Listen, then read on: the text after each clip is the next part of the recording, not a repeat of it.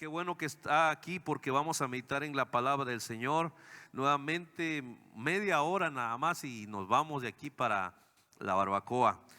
Seguimos hablando al respecto de nuestro lema de este año. Dame esa montaña, dame ese monte.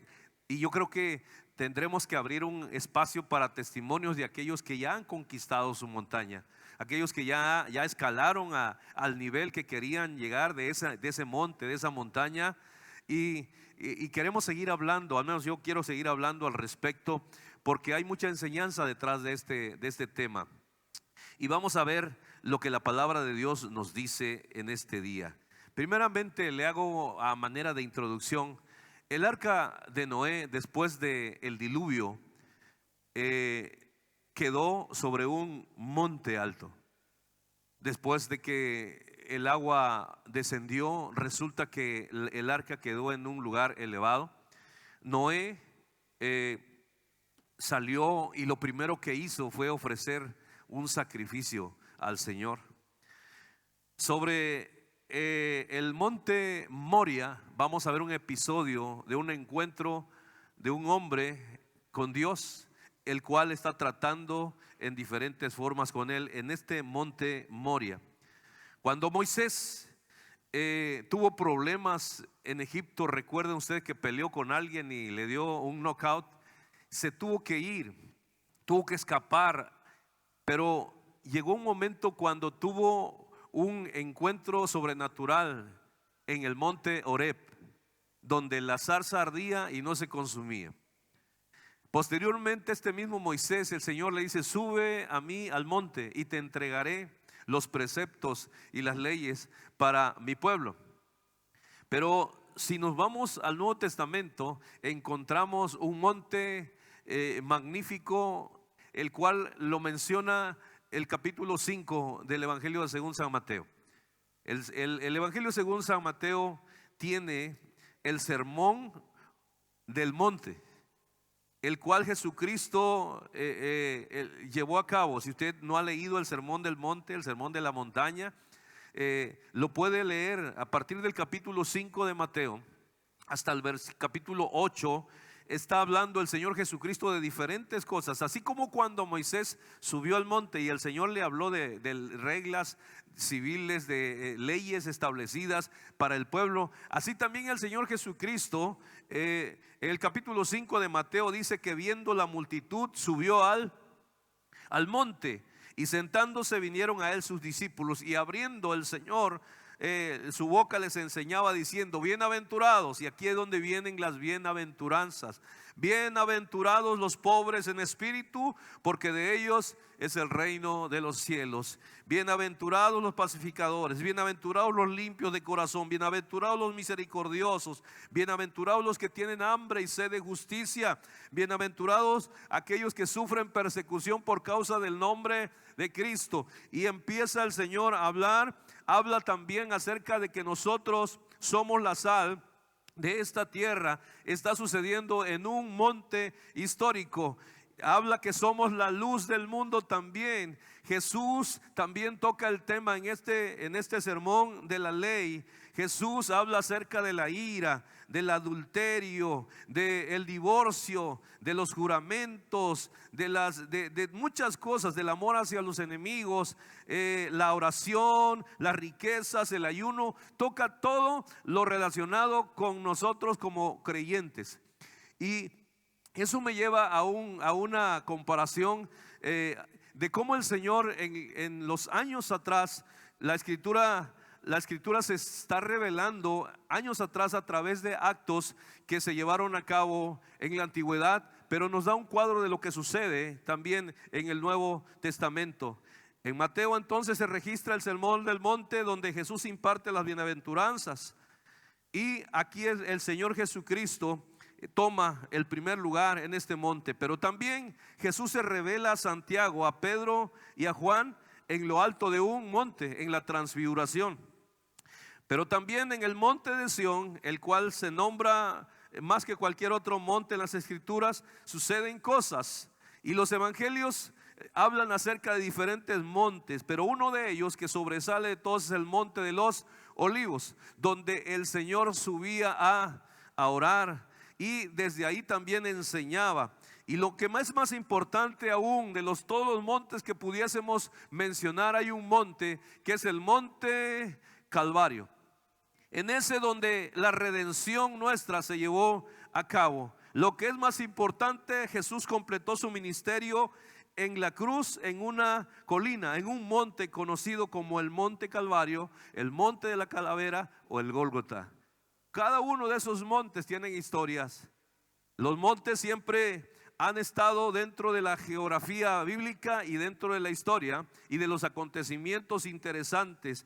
Y la Biblia me dice en Isaías 2, capítulo 2, versículo 3, dice que vendrán muchos pueblos y dirán: venid, subamos al monte de Jehová, a la casa del Dios de Jacob. Cuando se hace este llamado, mis amados hermanos, no es meramente literal que vamos a subir a un monte, pero nos lleva a un monte de acercamiento con Cristo, comunión con el Padre, donde podemos ver, donde podemos estar en su presencia, monte de oración, monte de separación de las cosas terrenales para poder estar en su presencia. Y el profeta dice: venid y subamos al monte de Jehová, a la casa del Dios de Jacob, y nos enseñará sus caminos y caminaremos por sus sendas, porque de Sión saldrá la ley y de Jerusalén la palabra de Jehová. El profeta Miqueas dice en el capítulo 4, versículo 1: en los últimos días el monte del templo del Señor será puesto sobre la cumbre de las montañas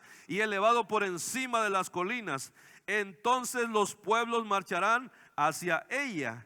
Versículo 2 de Miqueas 4 dice: muchas naciones se acercarán diciendo: vengan, subamos al monte del Señor, a la casa del Dios de Jacob. Otra invitación más: Dios mismo nos instruirá en sus caminos y así andaremos en sus sendas, porque de Sión viene la instrucción, de Jerusalén la palabra del Señor. Montes y montes y montes. Y usted tiene su propio monte. Yo tengo mi propio monte, pero estamos creyendo que el Señor nos entregará todo monte que nosotros le pidamos. No es fácil, solamente conquistan los que se avientan. El monte Everest es el monte más alto y es uno de los montes más deseados para ser conquistados por los alpinistas. Sin embargo, si usted se mete a buscar acerca del monte Everest, encontrará que su altura es de 8,100 y feria de metros sobre el nivel del mar. En ese lugar se necesita un equipo especial.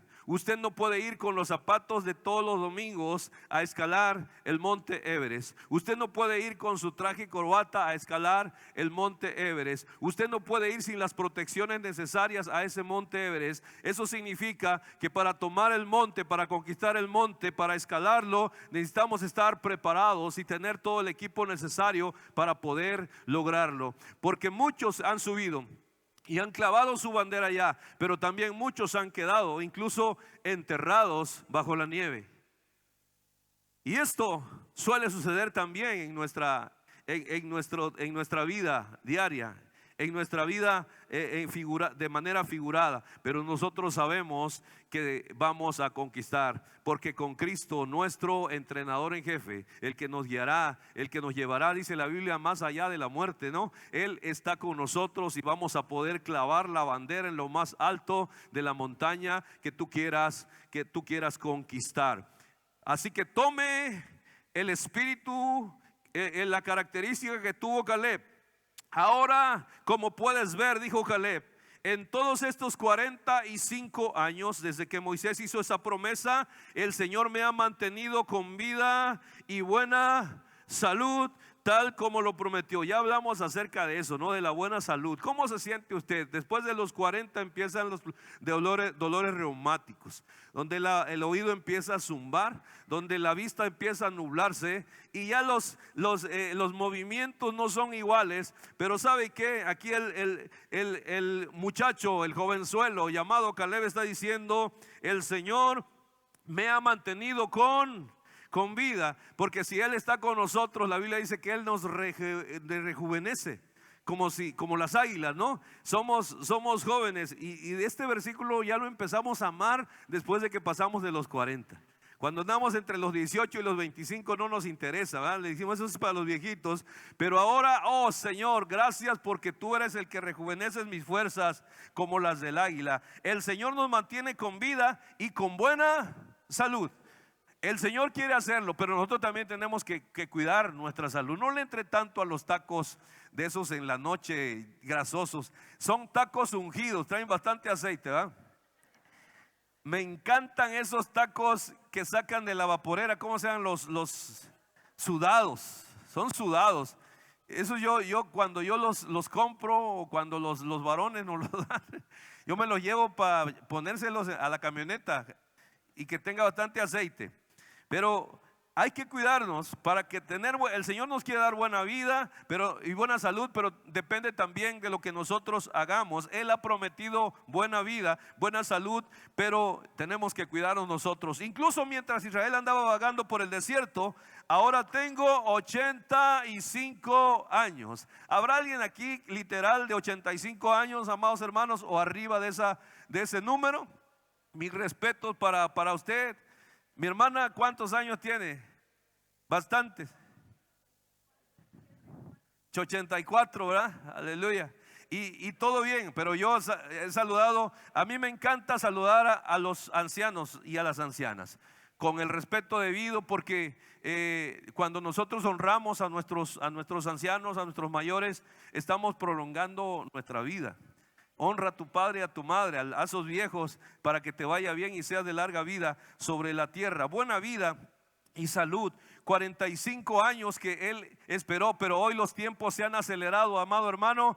Las cosas van a ser más rápidas. Hoy el iPhone 14 sale y ya está el 15 listo, ¿verdad? El Samsung no sé cuál hoy lo compró con novedad y en los 3 meses ya está obsoleto, porque las cosas van rápidas. El microondas hace las palomitas en 3 minutos, la pizza llega rápidamente, la ambulancia se tarda más que una pizza, pero hay cosas rápidas. Hoy es tiempo de aceleramiento. El que ara alcanza al que siembra, o más bien el que siembra es alcanzado por el que cosecha, porque el Señor ha acelerado los tiempos. Pero ¿sabe qué? Si usted es mayor, es más, el tema que yo le quería dar a era: viejos los cerros y aún reverdecen, porque con 85 años Caleb dijo: dame esa montaña, dame ese monte, porque todavía puedo. Se le saltaban las placas de repente por su ímpetu, y se acomodaba nuevamente la cosita para oír. Y Josué le decía: ¿qué dijiste? Todavía tengo fuerzas para tomar. Es más, al jebuseo, al amorreo, al chochoneo, al quien esté ahí, lo vamos a echar fuera, porque sí puedo. Si Él lo dijo, yo puedo. Si el Señor lo estableció, yo lo creo y lo voy a tener. Si aquel que me ha llamado me ha dicho que me entregará todas las cosas, entonces yo lo creo y voy a poder hacerlo. Así que dame ese monte, porque viejos y aún reverdecen. Hay quienes tienen 85 y se sienten de 40 como Caleb.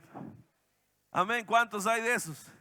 Y hay de 40 que se ven como de 85, hijos de mi vida. Chamacos que ya no tienen ilusión, están perdidos en el espacio sideral, andan idos, andan agarrando Pokémones, distraídos, andan haciendo cosas así, encerrados en un cuarto frente a una computadora, chateando con alguien de Australia que ni siquiera sabe si es hombre o mujer. Y ahí está, no tienen fuerzas, le llaman la generación. No, es que yo soy de la generación de cristal, pero viejos hay quienes tienen 85 y nos sentimos como de 40. Y esa es la fuerza que el Señor nos da. Proverbios 16:31 dice que corona de honra es la vejez. Pues ya, ¿qué hacemos? Corona de honra es la vejez que se halla en el camino de la justicia. Así que, viejo, no te agüites. vieja en el sentido de edad, no se desanime. Dice que corona de honra es la vejez. Qué honrado me siento yo hoy. Levítico 19:32 dice que delante de las canas te levantarás y honrarás el rostro del anciano, y de tu Dios tendrás temor, yo Jehová. Lo dice el Señor. Así que no ande ahí echándole a los viejitos, honrelos. Job 12:12 dice: en los ancianos está la ciencia y en la larga edad la inteligencia. ¿Se da usted cuenta cómo ahora que ya tiene 80 sabe más que cuando tenía 20? Cuando eran inexpertos, no sabían ni dónde estaba la llanta de refacción, no sabía cómo se sacaba el gato, no sabía nada de eso, hasta la fecha algunos. Pero la sabiduría, los años te dan la sabiduría. Pero también el Salmo 92:14 me dice: aún en la vejez fructificarán y estaremos vigorosos y verdes. Salmo 71 dice: aún en la vejez y las canas, oh Dios, no me desampares hasta que anuncie tu poder a la posteridad y tu potencia a todos los que han de venir. La Biblia me dice que Moisés tenía 120 años, Deuteronomio 34:7. Era Moisés de edad de 120 años cuando murió.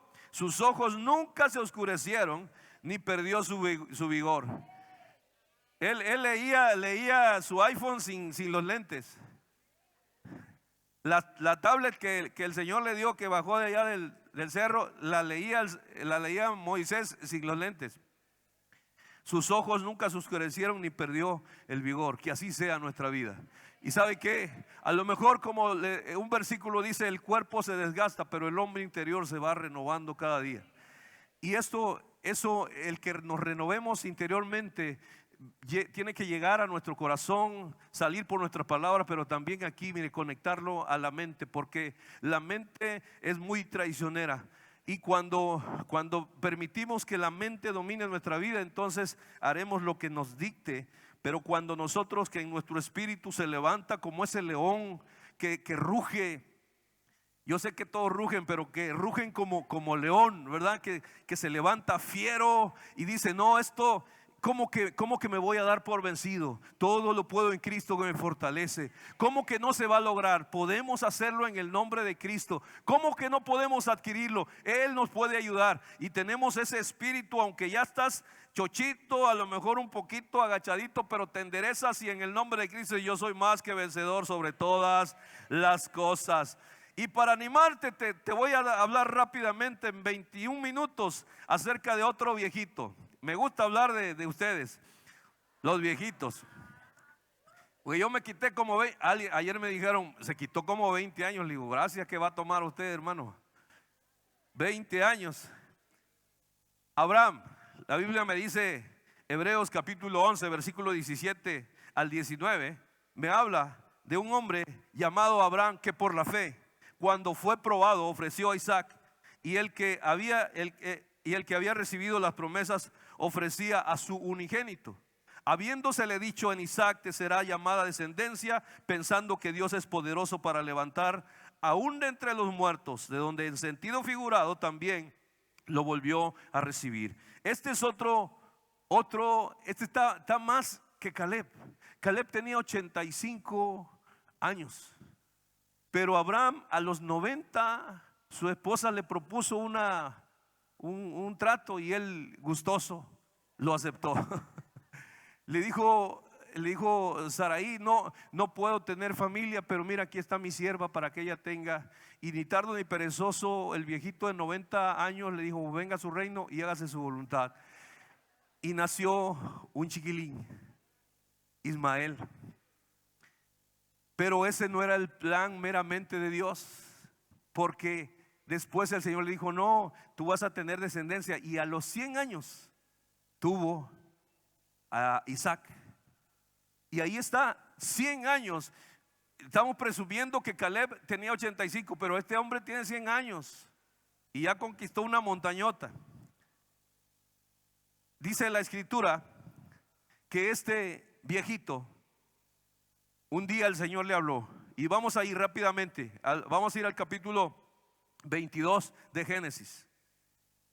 Dice la escritura que el Señor le dijo a Abraham, aconteció después de estas cosas que probó Dios a Abraham. Fíjate lo que vemos aquí. Aconteció después de estas cosas que probó Dios a Abraham y le dijo a Abraham, y él respondió, heme aquí, o aquí estoy. Y bueno, rápidamente quiero que vea, dice que probó Dios a Abraham. Abraham había esperado durante 100 años el nacimiento de este hijo, el cual en un momento el Señor le va a pedir. Pero es una prueba a la cual está siendo sometido este hombre llamado Abraham. Y muchas veces nosotros decimos, no, es que las pruebas, pues esas ya se acabaron. Cuando venimos a Cristo ya estamos libres de toda prueba, de toda tentación, de todo eso. No, ¿sabe qué? Es cuando más posibilidad hay de que el enemigo te ataque, porque ya no estás en su pandilla, te saliste de ahí, él va a echar todos los cañones hacia ti y te va a dar tentación, te va a tentar, te va a hacer. Hay pruebas que van a venir, las cuales podemos nosotros vencerlas en el nombre de Cristo y con la ayuda del Señor y con la unción del Espíritu Santo. Pero de que hay pruebas, hay pruebas. Y aquí el Señor le dijo a Abraham como una prueba, le está poniendo un examen. Imagínate, ¿qué tal sería una escuela sin periodo de pruebas? Pues no sabríamos cómo está el conocimiento del doctor, del ingeniero, del arquitecto. Pero siempre en la escuela de la vida, en la escuela, en lo académico, hay una temporada en que llegan los exámenes, en que llegan las pruebas. Y ninguno de los alumnos está diciendo, híjole, ya, ay, cuánto deseo que llegue el mes de los exámenes, de que nos hagan exámenes, oral o escrito, pero que nos hagan exámenes. Nadie está deseándolo, pero de que llegan y estamos preparados para enfrentar ese examen. El Señor le dijo a Abraham lo siguiente: aconteció de estas cosas que Dios le dijo a Abraham, y él respondió, heme aquí, toma ahora a tu hijo, tu único Isaac, a quien amas, y vete a tierra de Moria y ofrécelo allí en holocausto sobre uno de los montes que te diré. Le está pidiendo al único hijo que tiene, el hijo de la promesa, como leíamos en Hebreos. Sin embargo, está siendo tratado por el Señor y dijo, tú, Abraham, dame a tu hijo, vete a un monte, te voy a llevar a un monte, en ese monte vamos a tener un examen. Y fíjate lo que dice el versículo de la palabra de Dios con respecto a la prueba. La Biblia dice en Santiago 1, 2 y 3 que tened por sumo gozo, hermanos míos, lo que cuando nos hallamos en diversas pruebas, sabiendo que la prueba de vuestra fe produce paciencia. ¿Cuántos quieren paciencia? La paciencia viene a través de la prueba. La prueba, dice, produce paciencia. El Salmo 139, el salmista dice, hazme un examen, Señor, ponme un examen, escudriñame, oh Dios, y conoce mi corazón, pruébame y conoce mis inquietudes. En otras palabras, profe, póngame un examen, por favor, ya estoy muy aburrido de tantas tareas y trabajo en equipo, póngame un examen. El salmista le decía, Señor, examíname, pruébame, conoce mi corazón. Romanos 5:3, fíjese, también nos alegramos al enfrentar pruebas y dificultades, porque sabemos que nos ayudan a desarrollar resistencia. Aquel que no ha pasado por una prueba no ha desarrollado resistencia. Y la resistencia, dice, la resistencia desarrolla firmeza de carácter, y el carácter fortalece nuestra esperanza segura de salvación. Entonces, ¿sirven o no las pruebas? Igual van a llegar un día, pero esa prueba no nos va a caer, no nos va a hacer caer. Esa prueba no la vamos a reprobar, vamos a aprobar. Tengo un grupo selecto de alumnos aquí que están entendiendo todo esto. Ustedes los voy a dejar exentos de examen, de prueba. Es lo que dice el Señor, los dejo exentos de prueba porque ya aprendieron todo. Entonces los demás alumnos van a tener que echarle ganas, porque viene el tiempo de prueba. Dice que nos gozamos, nos alegramos al enfrentar ciertas dificultades. Bueno, esto es difícil, pero esta prueba nos ayuda a desarrollar resistencia. Tenemos 2 nietos, mi esposa y yo, y uno está aquí con nosotros y lo vemos muy seguido. Y me doy cuenta que la abuelita y la mamá están especializados, y a veces el papá también, en cubrirle, en meterlo en una burbuja acerada de kriptonita para que no lo pique un zancudo. No quieren que se resbale, que se suba, que se caiga. Y está bien, yo digo, el corazón de la abuelita, el corazón de la mamá, el corazón de papá. Pero el abuelo, hoy se me cayó el otro día. Levántate, mijo, levántate. Una caída te va a enseñar. Una caída nos enseña una prueba. Cuando nosotros sobreprotegemos, ¿sabe lo que estamos haciendo? Estamos quitándole la resistencia a ese niño. Ese niño un día no va a estar con abuelita y con mamá, y ahí le va a ir como en feria. Pero si lo tratamos y lo hacemos un Rambo ahí en la casa, va a salir con el cuchillo aquí entre los dientes, va a ir al kinder así. Con la mochilita de Winnie Pooh, pero con un cuchillo a hacer así como de Rambo. A ver, ¿dónde está? Educación física, vamos a entrarle. Pero cuando no hay pruebas, entonces hacemos al chamaco pues frágil. Lo hacemos de cristal. Por eso, mamá, ya deje de estarle componiendo la cama a su bebé de 17 años. Ya deje de llevarle el agua ahí donde está viendo la tele. No, mijo, no te pares. Yo te digo, un cachetadón, que se levante. Porque si se lo mantiene ahí así que entre algodones, al rato va a salir hasta metrosexual el chavo. Tiene que ser machín, hombre, hablando de muchachos, y las muchachas de la misma manera, que sepan lo que es lavar los platos. Que se den cuenta cómo la pintura de las uñas no se cae con el Salvo Plus.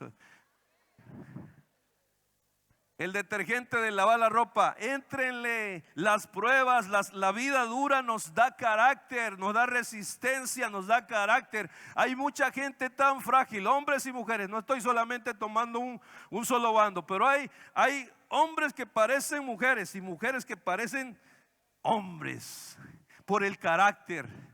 Y todo es carácter. El carácter viene de característica, pero la prueba nos va a enseñar. Bueno, el Señor está probando aquí a un viejito de más de 100 años. Está diciendo, dame a tu hijo.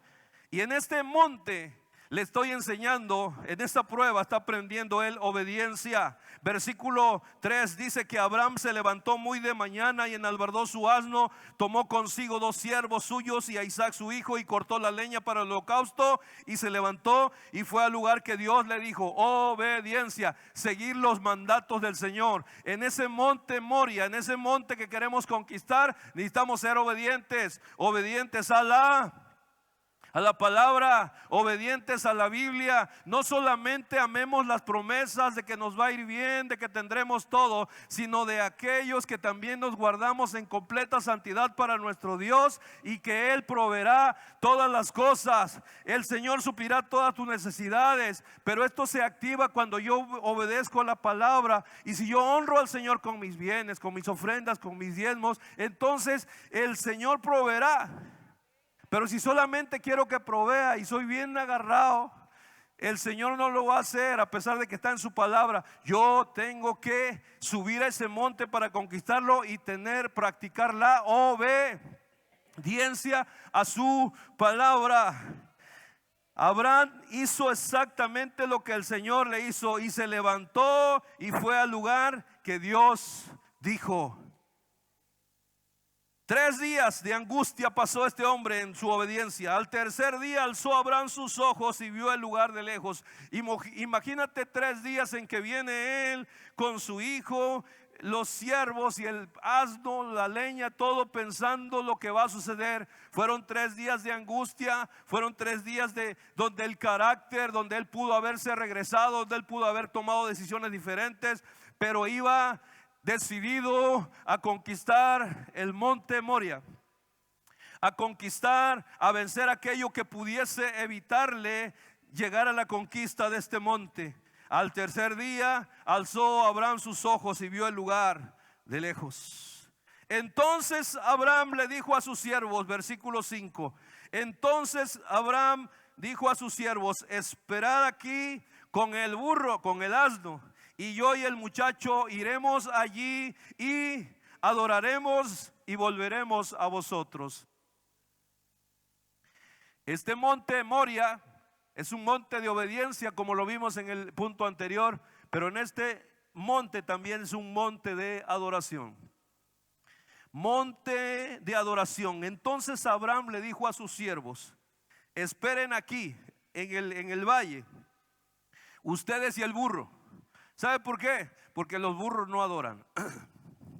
Es un tema así medio raro. Los burros, y una vez dije, fui a una conferencia y uno de los temas era: los burros no adoran. Y dije, rayos, ¿qué me estará diciendo?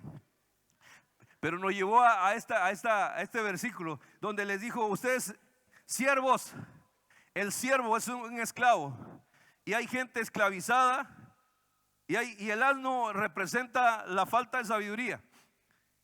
Bueno, no entremos en ese rollo, pero aquí Abraham les dijo: esperen aquí a los siervos, ustedes y el asno, y yo y el muchacho, mi hijo y yo, subiremos a ese monte y adoraremos. El adorador tiene garantías de conquistar el monte. Está Raúl Vara. Raúl Vara. Hasta arriba. Así. Qué bueno que no hay puertas y no te me salsa allá, compadre. Mira, Raúl, ven, es más baja, porque este tema es importante. Bueno, el Señor lo puso hace rato que estábamos en la adoración, pero estaba yo orando por lo que estamos orando. Pero aquí el Señor está enseñándonos lo siguiente: hay un monte que conquistar, pero ese monte también es un monte de adoración. Es un monte donde el adorador va a subir. Y fíjate, adoramos a Dios pues Él es grande. Hemos sido creados para alabanza de su gloria, pero también para adorar al que vive y al que reina. Isaías 25:1 dice: Señor, tú eres mi Dios y yo te exalto. Doy gracias a tu nombre porque tú has realizado designios admirables, firmemente establecidos desde tiempos antiguos. Y Raúl, tú eres un adorador. Lo has hecho a través de tus sonidos. Además, ayúdame tantito, porque algo quiero que hagamos y que tomemos conciencia de ello. Pero no lo había planeado. Tengo 6 minutos para hacer esto.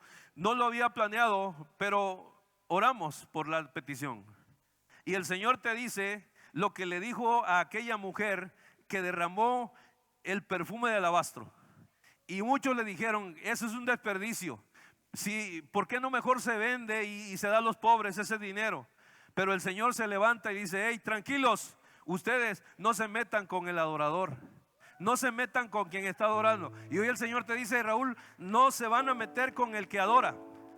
Tú estás adorando a un Dios grande, a un Dios poderoso, y Jehová peleará por ti. Jehová peleará por el adorador. Él dice: no se metan con el que me adora. Aleluya. Wow. Abraham le dijo a sus siervos: ustedes quédense aquí. Si yo hubiese estado entre los siervos, yo le hubiese dicho: Señor, con el permiso y el respeto, podría acompañarlo para subir al monte y adorar también con usted. Porque la adoración es parte esencial para tener una conquista, para alcanzar ese monte. El muchacho y yo iremos y adoraremos a Él. Ayer estuvimos, mi esposa y un servidor, en Antiguo Morelos. Éramos el grupo de pastores que van ahí, algunos con sus hijos, y nosotros éramos unas 25, 30 personas. Pero hubo un momento en que empezamos a adorar. Y no éramos una grande multitud, pero era una multitud de adoración al Señor. Y la gloria del Señor descendió de tal manera que yo dije: Señor, necesitamos estos tiempos de adoración donde tú nos visites, donde tú nos toques, donde tú nos derrumbes nuevamente. Y estaba orando en eso, y el Señor me dijo: vuelve a la fuente. Vuelve a la fuente donde bebiste una vez, donde te embriagaste en esa ocasión, donde pudiste llegar y postrarte y decirle: Padre, cuánto te amo, cuánto te anhelo. y ábrele el corazón a ese Dios que anhela tu adoración, que ama tu adoración. Y ahí postrado yo le hablé con el Señor, y después estaba Ernesto, el pastor Ernesto, predicando. Y el pastor Ernesto acaba de estar la semana pasada en Monterrey en un evento donde le fue impartida una unción al siervo por un pastor, por unos ministros de Toronto, Canadá, que vinieron desde el lugar del avivamiento de Toronto. Y cuando yo me levanté le dije: Ernesto, ora por mí. Ya recibí a Cristo, pero lo que quiero es que me des la impartición de lo que recibiste, porque oraron por él. Y el Señor me trató ahí. Pero una de las cosas que me dijo: necesitas decirle a la iglesia, vuelvan a la fuente, vuelvan a la fuente, vuelvan al monte, suban a ese lugar donde dejan los siervos, el asno, las cosas, pero nos separamos un rato para estar en el monte de adoración. El muchacho y yo iremos y adoraremos y volveremos a vosotros. Podría adorar en este momento un ratito, unos segundos, levantar sus manos y adorar a aquel que es digno. Oh, te amo Señor. Qué bueno eres tú. Su misericordia permanece para siempre. Por eso te adoramos, porque eres bueno. Te adoramos porque estás vivo, Señor. Tan cierto como que yo vivo, dice el Señor, ante mí se doblará toda rodilla y toda lengua confesará a Dios. Te adoramos porque solamente tú eres digno, Jesús. Los ídolos de las naciones son plata y oro, obra de las manos de los hombres. Tienen boca pero no hablan, tienen ojos pero no ven, tienen orejas pero no oyen, no hay aliento en su boca. Pero tú eres el Dios de todas las edades, el mismo de ayer, de hoy y por los siglos, y a ti atribuimos la honra, la gloria y la alabanza. Pero se acerca la hora, y ha llegado ya, en que los verdaderos adoradores rendirán culto al Padre en espíritu y en verdad. Habrá aquí los que el Señor está buscando, porque así quiere el Padre que sean los que le adoren. Dios es espíritu, y quienes le adoran deben hacerlo en espíritu y en verdad. Esto es una práctica de lo que veremos un día, lo que haremos un día por la eternidad. Porque hay seres vivientes, hay criaturas celestiales, y cada vez que estos seres vivientes dan gloria y honra y acción de gracias al que está sentado en el trono, al que vive por los siglos de los siglos, los 24 ancianos se postraban ante él y adoraban al que vive por los siglos de los siglos, y le ponían sus coronas delante del trono, exclamando: digno eres, Dios, tú eres digno, tú eres digno, digno, digno. La razón por la cual yo vivo es para adorarte. Aleluya, Señor Dios, tú eres digno, Dios nuestro, de recibir la gloria, la honra y el poder, porque tú creaste todas las cosas y por tu voluntad existen y fueron creadas. Te amo, te amo, te amo, te amo. No te canses de adorarle. Él no se cansa de bendecirnos.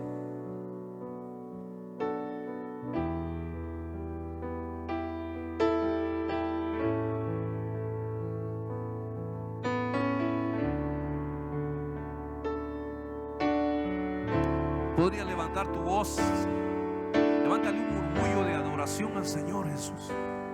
Oh Jesús, Jesús. Urabase.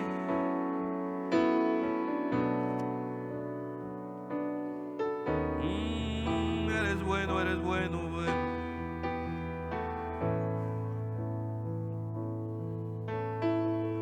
Tú eres mi Dios, Señor. Te exaltaré y alabaré tu nombre, porque has hecho maravillas desde tiempos antiguos. Tus planes son fieles y son seguros. Oh, en ese monte de adoración hay quebrantamiento, pero también hay bendición. En ese monte de adoración hay obediencia, pero también el Señor nos lleva a nuevos niveles de vida, donde podemos conquistar lo que era inconquistable, donde podemos ver lo que era invisible, donde podemos tener la revelación de Jesús, del Cordero de Dios. Es en su presencia donde hay plenitud de gozo y delicias a su diestra. Es en los momentos de adoración donde el Señor hablará a tu corazón, donde Él te enseñará el camino que debes andar. Es en los tiempos de comunión donde el Señor te proveerá, como lo hizo con este adorador. Ya estaba a punto de poner el cuchillo sobre su hijo, y el Señor le dijo: no lo hagas. El Señor te hablará cuando estés en ese tiempo de obediencia y de adoración. Te dirá: no lo hagas, o te dirá: sí, hazlo. Pero es en ese momento sublime de plática de cara a cara con nuestro Dios, con el Señor Jesús y con su Santo Espíritu. Porque hay presiones las cuales viviremos en el camino hacia la conquista de ese monte. Y fíjate lo que sucede. Isaac, un jovencito, un adolescente, va con su padre y le dice: papá. Y papá responde: dime, hijo. El hijo dice: he aquí el fuego y la leña, más ¿dónde está el cordero del holocausto? Su inocencia. ¿Dónde está el cordero? ¿Alguna vez tu hijo te ha preguntado algo en lo cual no tiene respuesta? Cuando te dijo: oye papá, ¿por qué no me compraste el regalo que yo quería en esta Navidad? Y tú no tienes respuesta porque la realidad fue que no tenías el dinero suficiente para cumplirle ese deseo. Y aquí tenemos a un hijo que le dice: papá, aquí está la leña, aquí está el fuego, pero ¿qué del holocausto? Y la respuesta sabia del padre respondió a Abraham: Jehová proveerá. Jehová proveerá. En ese monte hay provisión. En ese monte Dios suplirá las necesidades. En ese monte está Jehová Jireh, nuestro proveedor. Sí hay quebrantamiento, pero hay adoración. Sí hay prueba, pero hay obediencia. Y en esa obediencia nosotros alcanzamos el punto cumbre donde podemos clavar nuestra bandera y decir: hemos conquistado la montaña.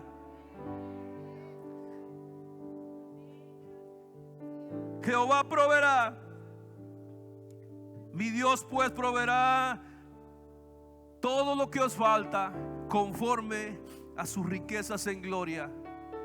Es en ese monte donde te encontrarás con Jesús y te dirá: mira las aves del cielo, que no siembran, no ciegan, no recogen en granero, y sin embargo vuestro Padre Celestial las alimenta. ¿No vales tú más que las aves del campo? Te encontrarás con el Dios que te dirá: mío es el oro, mío es la plata, dice Jehová de los ejércitos. Ahí mismo te deleitarás. Y el Señor dice en la Escritura que si te deleitas en Él, Él te concederá las peticiones de tu corazón. Pero es ahí en ese monte donde podrás decir con seguridad: el Señor es mi pastor y nada me faltará. En medio de la oración no le pedimos nada, pero Él nos da todo. El adorador no pide, da, pero también recibe. Porque el Señor mueve, así como el Padre amoroso rodea a sus hijos, a su hija, con sus brazos de amor y de provisión, así lo hace también con el adorador. Cuando llegaron al lugar que Dios le había dicho, edificó allí Abraham un altar. ¿Cómo está nuestro altar? En este monte también es un monte de edificar nuestro altar. Y el altar significa oración, el altar significa entrega al Señor, sacrificio. El altar significa dedicación a Dios en determinado momento y lugar. Él edificó allí un altar y compuso la leña. Ató a Isaac su hijo y lo puso en el altar sobre la leña. Isaac era un adolescente. Me pregunto cómo hizo Abraham para atarlo y para ponerlo sobre el altar. No lo puedo entender, porque ya es un muchacho que cuestiona, que pregunta. No está en una inocencia total. Y ahora yo como padre tengo que atarle y ponerlo sobre el altar. Él no va a hacerlo tan manso. Y yo me preguntaba cómo. Vino a mi mente algo no muy espiritual, pero vi una película que se llama La vida es bella. Y en eso es una historia acerca de judíos que eran perseguidos. Y había un pequeñito el cual no podían esconder. Pero el papá le dijo: vamos a hacer un juego. Tú te vas a esconder aquí y yo te voy a venir a buscar. Y lo metió en un lugar donde no lo pudieron encontrar. Ahí estaba el niño, ahí estuvo el niño pensando que jugaba a las escondidas con su padre, cuando en realidad estaba tratando de que no lo encontrasen los alemanes. Y yo veo ahora aquí a un padre que le dice: mi hijo, es una dinámica nada más, pon tus manos así, te las voy a atar. Permíteme nada más subirte. Y quizá el corazón desgarrado del padre, lo que tengo que hacer con mi hijo. Sin embargo lo está haciendo porque Monte Moria también es un monte de sacrificio, donde se desgarra nuestra alma. Dice la escritura que ya estaba a punto de hacerlo. Y llamó el ángel de Jehová a Abraham por segunda vez desde el cielo para detenerlo. Fíjate lo que sucede aquí. Cuando llegaron a ese lugar, lo puso sobre el altar y sobre la leña. Pero cuando estuvo a punto de hacerlo, fue detenido. Y le dijo el Señor: ahí a tu lado hay un carnero que está atado, está atorado en un zarzal de su cornamento. Ese tómalo y ponlo en lugar de tu hijo. Qué alivio para papá, qué alivio para el hijo. Pero la obediencia, la Biblia nos dice en Hebreos, donde leíamos que literal o de manera fue casi hecho el sacrificio. Y termino con esto. Después de la obediencia viene la bendición. Porque la escritura me dice, el versículo 16, el ángel le dice: por mí mismo he jurado, dice Jehová, que por cuanto has hecho esto y no me has rehusado a tu hijo, tu único hijo, de cierto te bendeciré y multiplicaré tu descendencia como las estrellas del cielo y como las arenas que están a la orilla del mar. Y tu descendencia poseerá las puertas de sus enemigos. En tu simiente serán benditas todas las naciones de la tierra, por cuanto obedeciste mi voz. Mis amigos, mis hermanos, el monte Moria es un monte de diferentes emociones, pero el final trae bendición. La obediencia siempre traerá bendición. Y no hay como nosotros poder tomar como padres el lugar que nos corresponde con nuestro hijo, con nuestro Isaac. A lo mejor ya el Señor no nos los pide, pero el Señor nos está diciendo, nos está dando instrucciones las cuales debemos hacer. Bendice a tu hijo, guía a tu hijo a través de la oración, cúbrelo, pero a través de la enseñanza también muéstrale el camino que debe seguir. El Señor ya no nos pedirá a Isaac, pero sí nos pide que seamos responsables de que sus pisadas sigan nuestras huellas. Por eso hoy te dejo con la siguiente palabra de bendición. Cuando veas a tu hijo o a tu hija, tómalo de los hombros, míralo a los ojos y dile: el Señor te bendiga y te guarde. El Señor te mire con agrado y extienda su amor el Señor te muestre su favor y te conceda paz. Sea bendito el hombre que confía en el Señor. Hoy podemos, amados, decir que hay montes que tenemos que conquistar, pero habrá montes en los cuales tenemos que hacer cambios, tomar acciones para poder tener la bendición de nuestro Dios.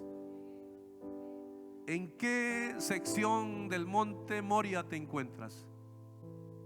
Ese monte que posteriormente sería, como conclusión, el lugar donde hoy hay una discusión al respecto de la piedra donde fue puesto Isaac, que está en posesión de los musulmanes, pero que está en el monte Gerizim para algunos, pero es el monte Moria. Pero no hay monte más importante como el monte en el cual Jesucristo fue puesto. Y así como el Hijo llevado por el Padre para entregarlo en un altar, ser sacrificado en obediencia a la petición que hizo el Señor a Abraham, así también el Padre amoroso envió a su Hijo Jesucristo para que muriese no en ese monte, en esa piedra, sino en una cruz clavado en el monte Calvario. Y la Biblia me dice que Dios no escatimó, sino que entregó a su Hijo. Dice para que nosotros, dice el Romanos 8:32, el que no escatimó ni a su propio Hijo, sino que lo entregó por todos nosotros, ¿cómo no nos dará también con él todas las cosas? Mis amados hermanos, queda claro que a través de la simiente de Abraham vino el Mesías prometido. Fueron benditas todas las naciones de la tierra.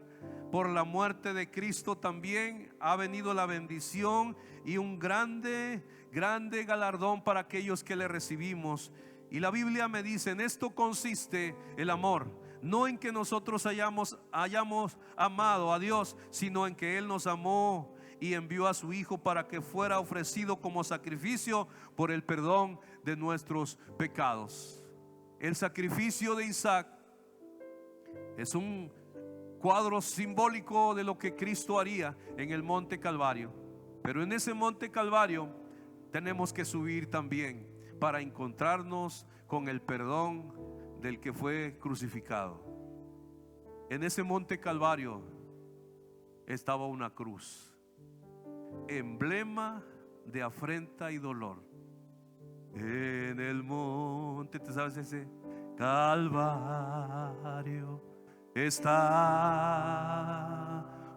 una cruz, emblema de afrenta y dolor. Oh, yo amo esa cruz, oh, murió mi Jesús por salvar al más vil pecador. Oh, yo siempre amaré esa cruz, en sus triunfos mi gloria será.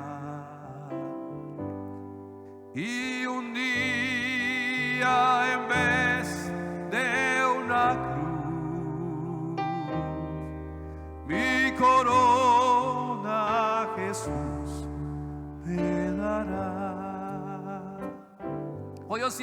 Oh, yo siempre amaré esa cruz, en sus triunfos mi gloria será. Y algún día, en vez de una cruz, mi corona Jesús me dará. Así como estás en tu lugar, pon tu mano en el corazón y dile: gracias, Jesús, por subir a ese monte y a esa cruz para darme perdón y vida eterna. Hoy reconozco que ese monte me trae paz, me trae salvación a través de tu muerte. Y quiero solamente agradecerte y adorarte como lo hizo Abraham en ese monte Moria. Así yo quiero hoy adorarte por lo que has hecho por mi vida. Te amo, Señor.